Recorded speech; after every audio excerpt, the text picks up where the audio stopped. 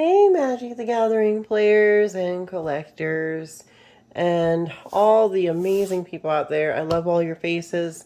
We're going to jump into some cool stuff right now. We're going to check out some things I've been buying or kind of acquiring as I've been going to a recent TCG con. And just things I've been getting off of, let's say, like TCG Player and some of the stuff going on right now. So without further ado, let's go ahead and dive into it. First thing I want to look at is a couple graded cards I picked up while I was at a TCG con.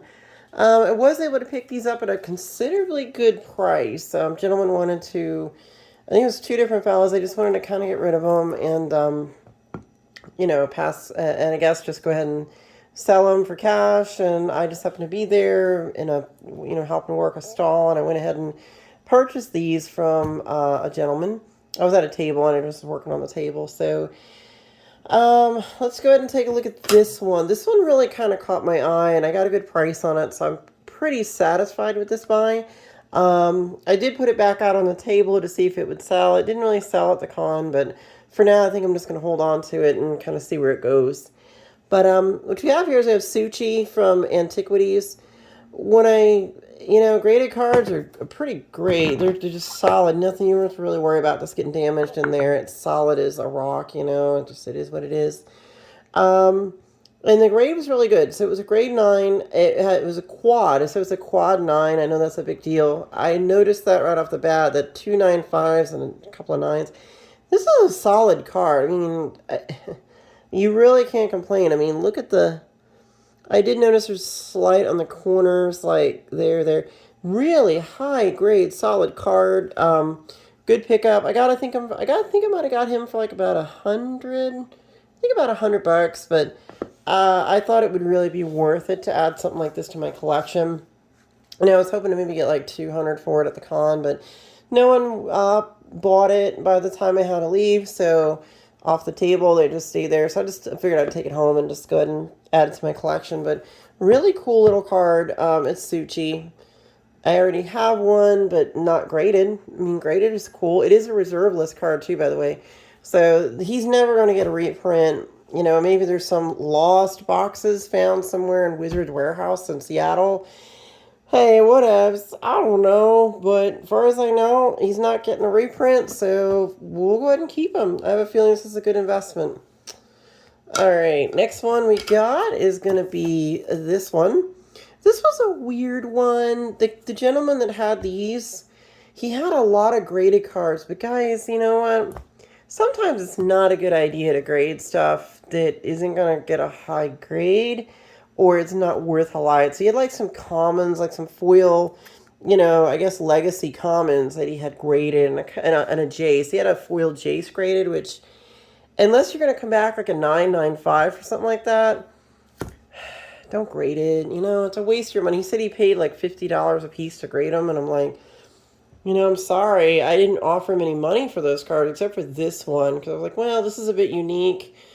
Different. It's an 8. The other ones he had were like 7.5s, and I was like, you might as well just crack them out, and they're just gonna sell as like near mint or lightly played. And yeah, so guys, unless you have something worth grading, don't waste your money grading stuff.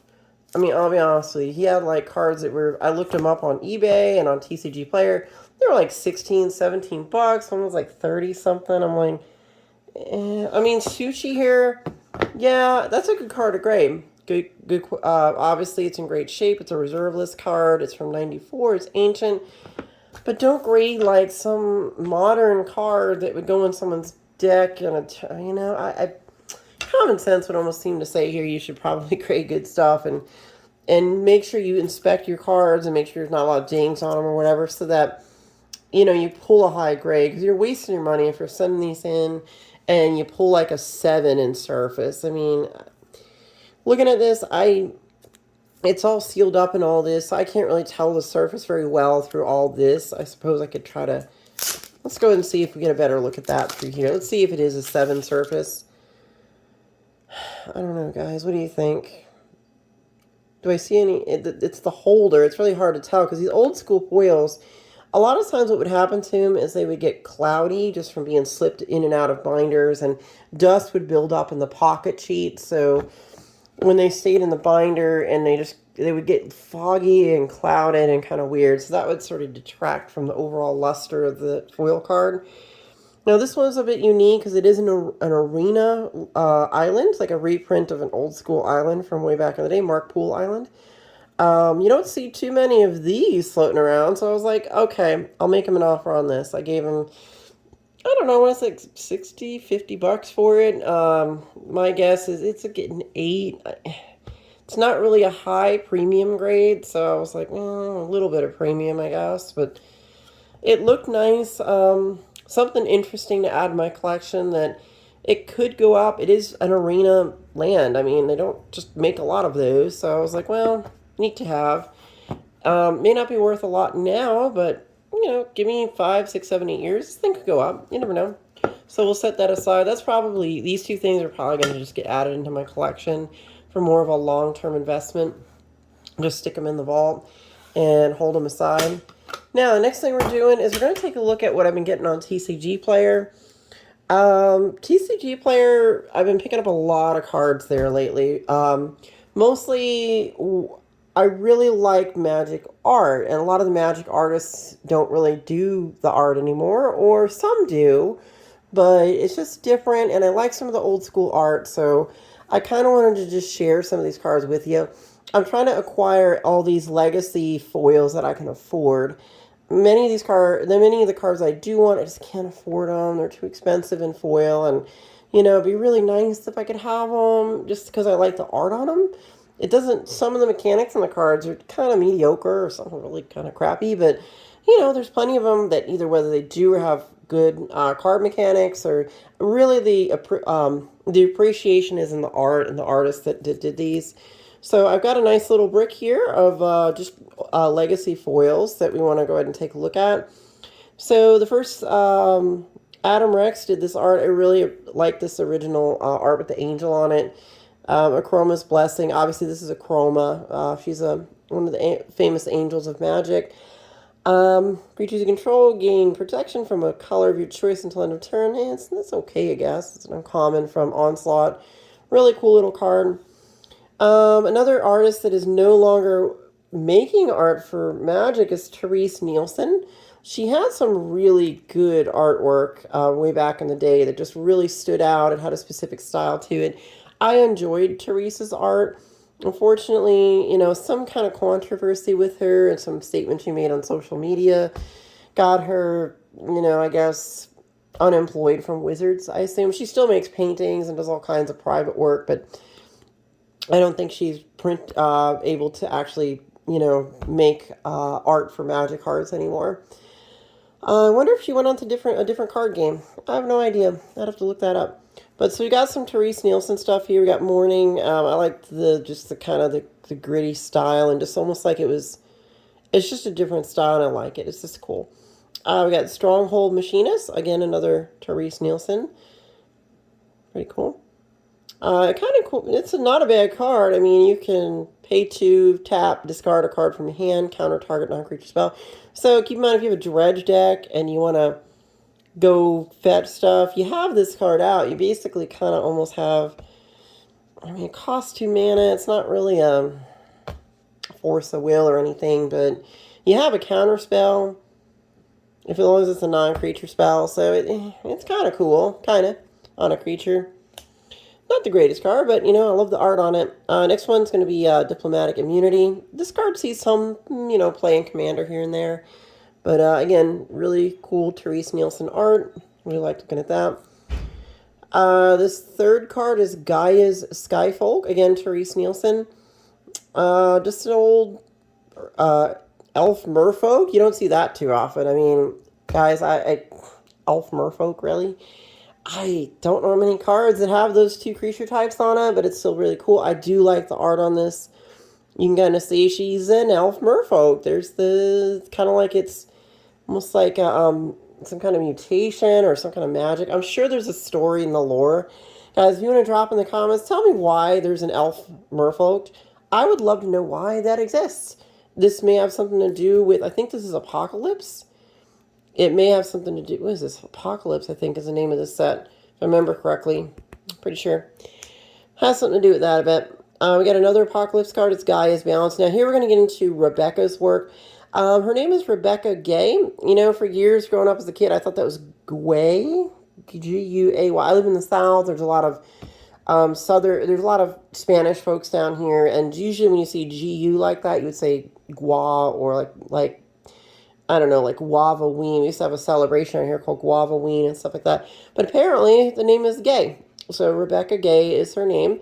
I've always been a huge fan of her art style. It just really stands out. It's better than, it's really just something really nice. And these are the foil versions of her art that I could afford. They're only a couple dollars. Some of them are a few dollars. And they're commons, or a few some uncommons. But I've always been a fan. I've always loved her art. So I figured I would have a prime example and a foil of her art, and just have it as part of something cool to look at in my collection, and kind of keep it in a section just devoted to her and everything. Let's look at some more Rebecca art. We've got a couple of emboldens here. You can kind of see what it does if you want to pause the video and read what it can do. But again, look at the quality of the art. It's not, this is how a lot of fantasy art looked in the 90s, in the 80s.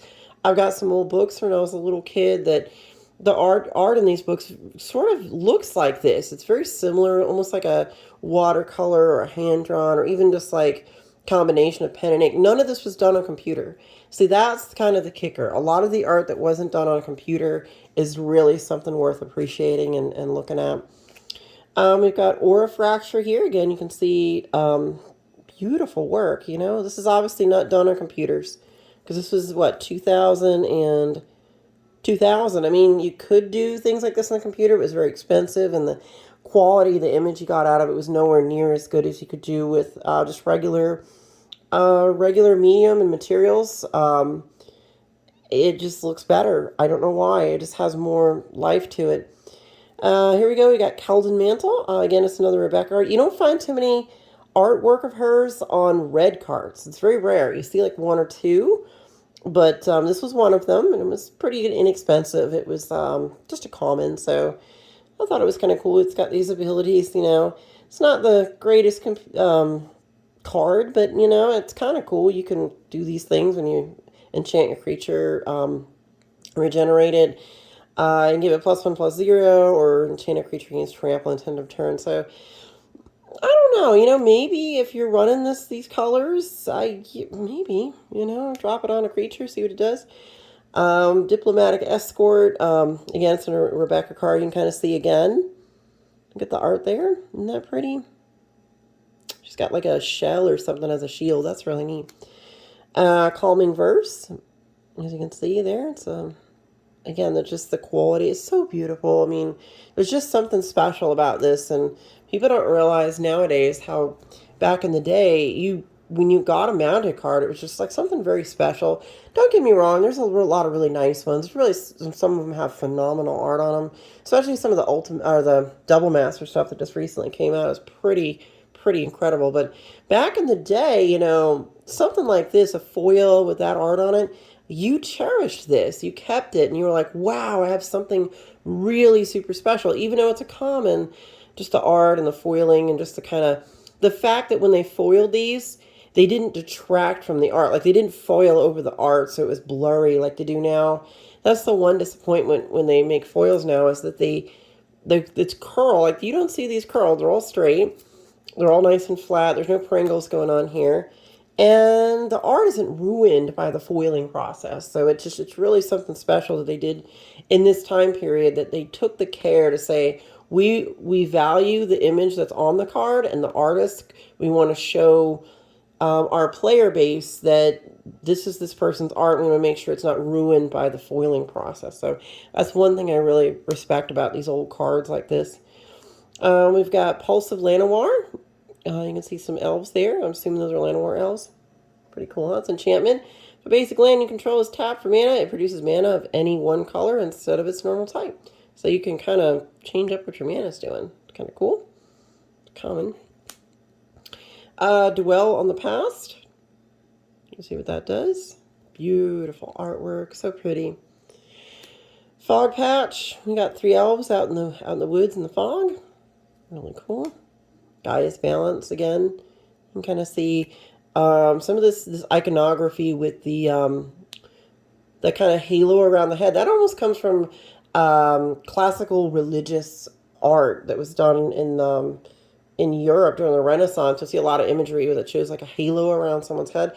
That's actually I noticed that, and I'm like, well, you know what? She's obviously got some influence from that, a little bit there. Really cool.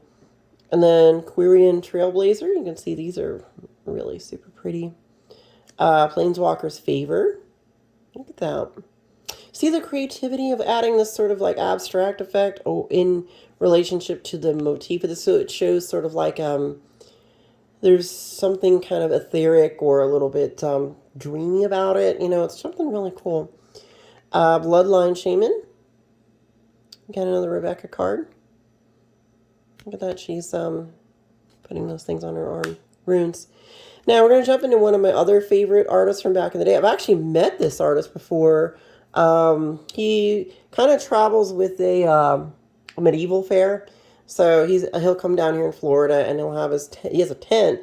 And it's usually full of all of his art. I've picked up some Magic art prints of this guy. He does not do art for Magic anymore. He stopped, I think, I want to say like in the mid 2000s.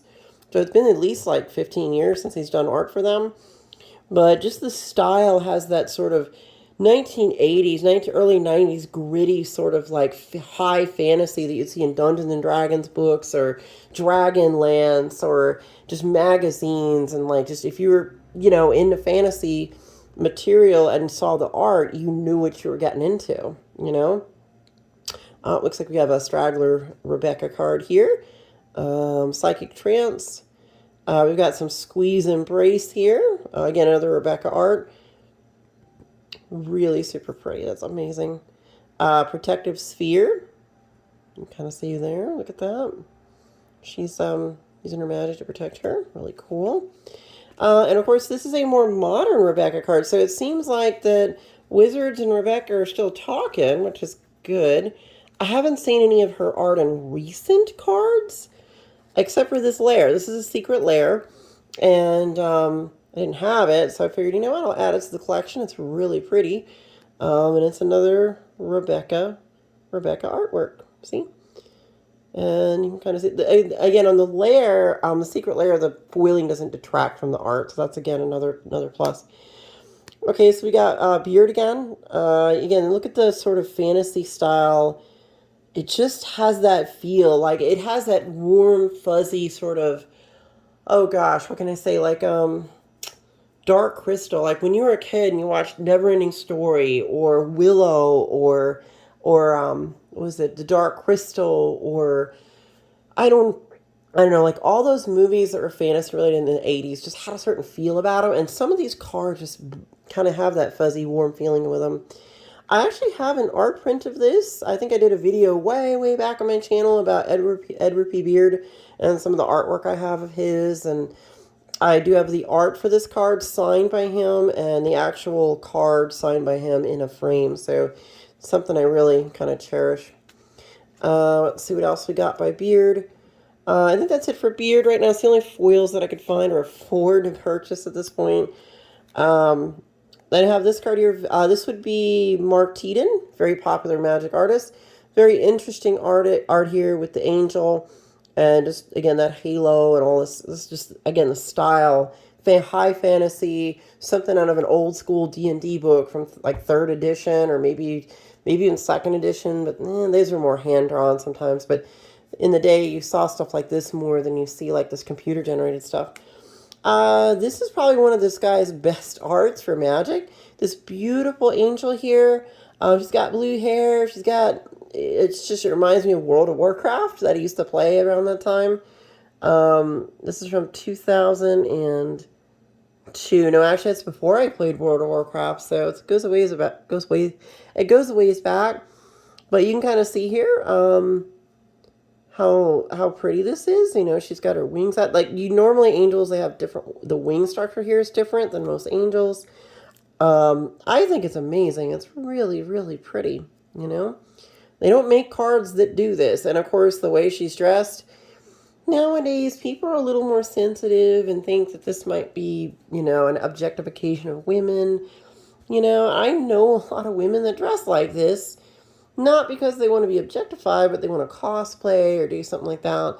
So to me, it just represents something beautiful, and a lot of, my friends and people I know, I don't dress with that little of stuff on.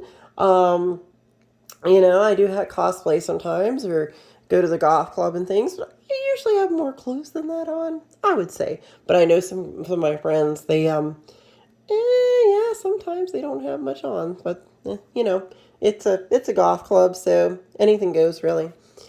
All right, so we're done with him. We're going to look at Wandering Stream. This was by Quinton Hoover, another great artist from back in the day. I really sort of kind of cherish and appreciate the work that he did. Is he the one that passed on? Can't remember. One of them was passed on. I think it was Christopher Rush. I think he's the one that you can't really get a signature for anymore, any arcs. I think he passed on. We got Quinton Hoover here about Wandering Streams. Outbreak, again, another Quinton. He was always the guy with all the gritty stuff. You can also remember he did a lot of cards with like, what is it? Feedback, I think was his, from like Alpha, all the way back to Alpha. And, gosh, the elf that's in Bondage, which you go, gosh, it's late at night, so I can't remember the card, but it's one of my favorites, believe it or not. I just can't remember it, which drives me nuts. But we got Firebrand Ranger also is here as well. Again, that's Quinton Hoover art. And we got also Tragic Poet. You can see, he doesn't do just guys, he does girls too. You can see that looks really pretty.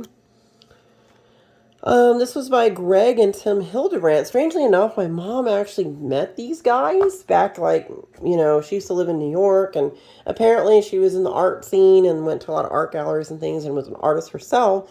So she encountered these fellas back in the 60s or something, or 70s, way before my time, but when she was like a teenager or something, she said that she used to talk and interact with these fellas here. I think she may have done artwork with them or at least helped them on a gallery showing or something. But yeah, so Greg and Tim Hildebrandt is something that in a vicarious way kind of has a strange connection to my family, just kind of weird. But hey, I thought it was kind of cool to have them. All right, and the last one is going to be Seb McKinnon. He's really coming up in the world. I did a kind of check on a lot of his work. A lot of cards I didn't realize were done by him. I looked him up. I was like, oh yeah, of course. Now I remember that art style. Seb McKinnon, really a really good magic artist. So this was one of the Secret Lair full art swamps that he did. Again, because it's so dark and full of like a mostly black, this doesn't show up well in foil. So it's much better for this type of card. We have a lot of this dark sort of ambiance to it, like the shadowing in the background. Also, you really want to get this in non-foil if you get something like this, because nowadays they just can't really do a good job with foiling something like this, unfortunately. So it's better if you do appreciate the art and you want to look at the art on your card when you're playing it. You probably want to get the non-foil. Just saying. Cool stuff. But yeah, that is my story here of things I've been buying. Again, I've been focusing a lot on just art I like, just to have them. From a financial standpoint, it can't hurt to have foils. Old school foils are a thing. I mean, they don't make them like this anymore, so they have had some like retro frame stuff going on with the shooting star at the bottom. That's pretty cool, but I noticed even in the retros, I was looking at those the other day, like all of this was foiled over. Like if you notice, for some reason back in the day, they didn't foil the image, so it wasn't ruined. They just foiled the frame, and the text was easy to read still. It didn't have any issues. The modern versions of the retro frames, I wish I had one right here to show you guys, but this is all foiled, and this is all foiled, so it still has the appearance, but not the actual replicated of what it was. The old cards in this format were much better than the reproductions they have nowadays, and the new ones are even curled. They have a curl to them, and it's like, again, these are they're straight. There's no curling here. Beautiful cards, wonderful artists. This was Magic in its heyday. When you were playing Magic in this time period, yeah, you were considered kind of weird. You were considered kind of a nerd, and people sometimes just made fun of you or whatever because you were playing cards that, instead of like doing, sports or something or wasting your, I don't know. I mean, I spent a lot of times as a teenage girl just sort of going to card shops. I lived around the corner from a card shop, and I loved Magic because of the art. The art is what drew me in. That was the first thing that got me in the door, which is the quality of the art. And then I was like, oh, this game's kind of complicated, but I learned it, and then I just decided to keep playing and enjoying it. So, guys, thanks for sharing this little walk down memory lane with me, an art appreciation video. Please like and subscribe to my channel. Drop me some comments. What do you think about Rebecca, the Terese Nielsen controversy? Even Rebecca had some controversy at one point. But what do you think about these artists? Do you like them? Do you hate them? Do you think there's an art I should really focus on or look at? Guys, thanks for watching my videos. I love all your faces, and you'll see more from me soon. This Night Phoenix is going to go ahead and fly into the sky and go ahead and get some sleep because it is really late for me right now. But that's the time I do all these videos, so that's why I'm a Night Phoenix. Late at night. All right, bye-bye now.